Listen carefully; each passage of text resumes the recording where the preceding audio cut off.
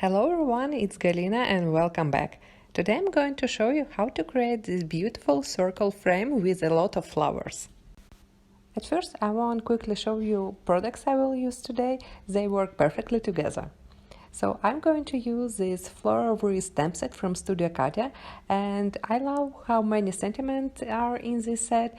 There are some big sentiments for the center of the wreath and few small sentiments that you can put on a stripe or stamp below the wreath. And as for dies, I'm going to use dotted pattern set number 1 and fancy scallop circle die set. I love that process when I can combine two different sets to create even more card designs, and these sets are a perfect match with each other. So next I'm going to stamp this beautiful wreath. I have put my stamp into a MISTI stamping tool and I'm inking up with Magenta black ink and I'm stamping it on a white smooth paper. I'm going to color it with my Copic markers, so I stamped the wreath with Copic friendly ink. Now I can create the circle frame. I'm going to cut out this image with the biggest scallop circle die from a fancy scallop die set, and I run it through my die cutting machine and hear how it looks after die cutting.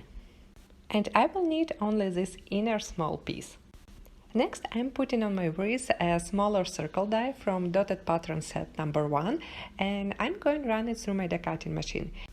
If you want to line up it perfectly on the center of your stamped image, you can put this paper piece behind a light, maybe your table lamp or something. I just lifted up and used a daylight from my window. Next I'm going to color my wreath with Copic markers. I picked some light shades of yellow, green, orange and pink colors, and I'm going to make a simple coloring without any shades and specific tricks. So I started with my yellow color, it's E23. I will write all colors I used on a blog post, so don't forget to visit it. After done with my coloring, I cut out a card panel from a light gray cardstock.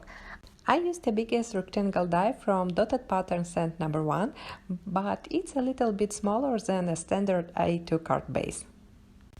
I'm going to foam mount the circle frame on the top of this card panel, and next I'm going to adhere with liquid glue a small circle piece to create a white base for my sentiment. On this card I'm going to stamp a big sentiment "Thank you" in the center, and also I'm going to use this small second part of the sentiment "Thank you for your hospitality."